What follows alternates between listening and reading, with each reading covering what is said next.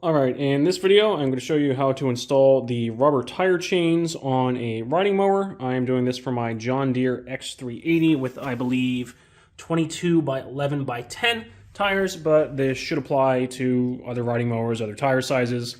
This is always a process that I have found a bit of a pain. I'm not sure if that's just because I'm bad at it or if I'm doing something wrong or if it's a pain no matter what. So if you have more experience with this or you are better at it than I am or I'm doing something stupid, please go ahead and leave a comment below this video to help out people who are watching in the future. If I get new, useful information, I will update the pinned comment.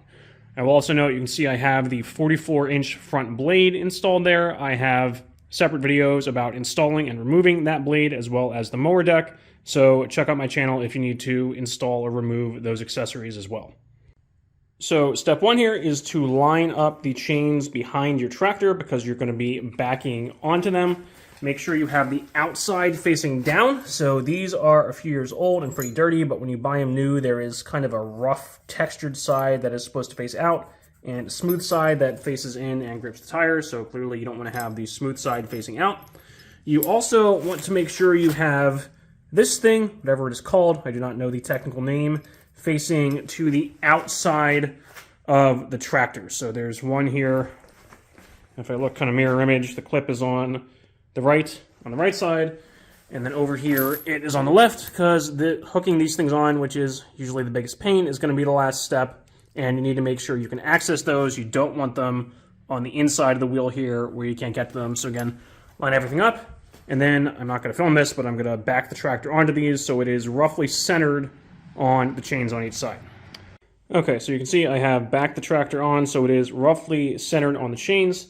The next step, I have always found this easier if I let a bunch of air out of the tires, so I'm going to let air out of the tires, and I'm also going to try and get more weight on the rear tires than on the front. So you can see I have the plow installed, but I have lowered the plow, and oops, I didn't intend to back it onto that piece of wood there, so I actually want to get that out of the way in a minute. Lowered the plow to take some weight off the front tires, and I have installed the rear weights that's used for plowing to get more weight on the back tires to have them compress a little more once I let the air out, just to get every little bit of help I can because I have, again, always found these kind of a pain to get on. Okay, I've let a bunch of air out of this tire, and now for the part that is going to be kind of a pain to film. So I'm going to try and get the inside of the chain on first. You can see one side of this just ends in a normal link, and the other end ends in this hook. So what I want to do, if I zoom out, and I'll set up my tripod in a minute, is pull this one up this side of the tire, pull the other one up the right side of the tire, and then I'm going to try and reach back there and get that clipped. It's going to be kind of hard to film. I'm not sure what the best angle is going to be, but I will do my best to set up the tripod so you can see me do that.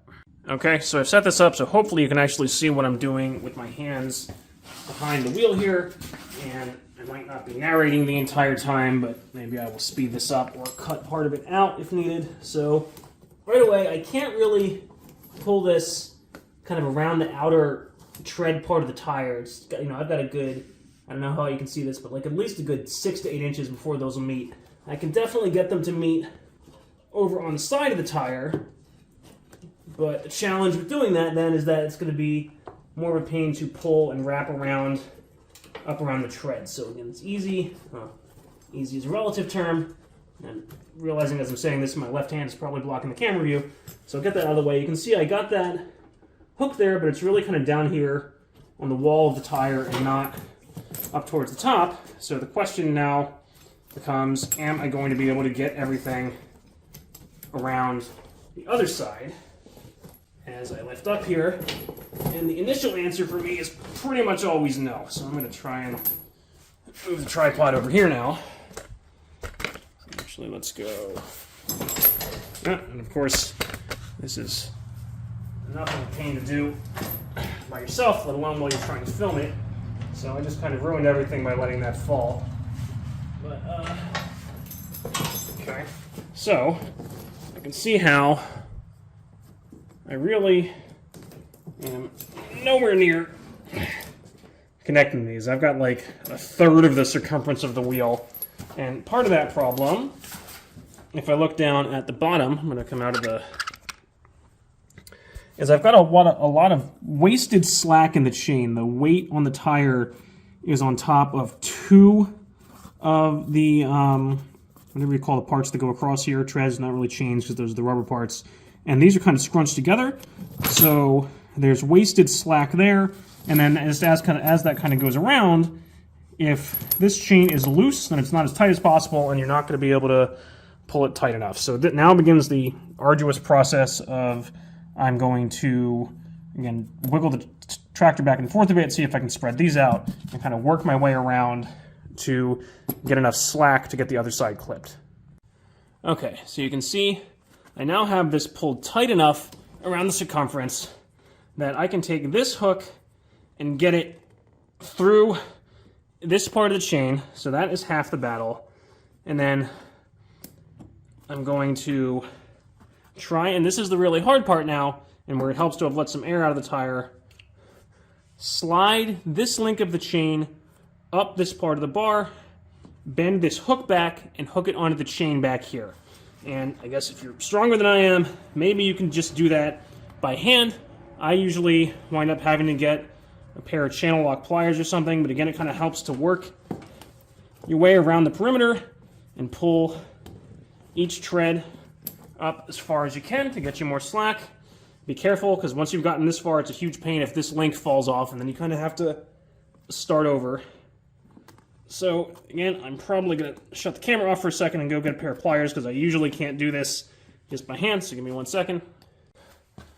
I should add that it's not always immediately clear which way you want to bend this. I am going to be bending this, when it's on top like this, in this orientation, bending it down, so it's going to come up over the chain and then hook down. And I forget every time I do this, but I'm pretty sure that's the right way. So again, this part's tough, but kind of once you get past the point where this wants to start sliding, then it should go the rest of the way, but it's getting it past that initial point where it wants to get on there. So maybe, and then when I go to the other side, you'll see I actually bent the other one doing this once. So again, try to work the treads around. See, I gained myself just a little bit of slack doing that. And I apologize if the audio gets muffled as I'm at different angles from the camera here. There we go. So it's starting to get more than halfway through. Okay. So now it has popped through, and I can bring this part up over the chain. There we go. That is now on there nice and tight. I can reinflate this tire, and I should be okay. I'm going to go try it on the other side. Again, the left has always given me a little more trouble for some reason, but the important part there is to, again, look at how this link is installed. I went down, up over the chain, and then hooked down. If you try to do it the other way, again, at least tell me if I'm wrong in the comments, I'm 90% sure I have this right, then it gets really frustrating and usually won't hook. So that part is the biggest pain. Again, a pair of channel lock pliers will usually help, but you see on this one, maybe I tried it 1 year without letting enough air out of the tires or something first, but I definitely managed to bend this one when doing that. So again, if you have another tip for how to do this better without resorting to brute force and bending these things, let me know in the comments. All right, there we go. Managed to get that side on as well. So I am all set and ready for plowing in the Ithaca winter. Again, if you would like to tell me how stupid I am and how I'm doing this wrong, or have some suggestions, please go ahead and leave a comment below this video.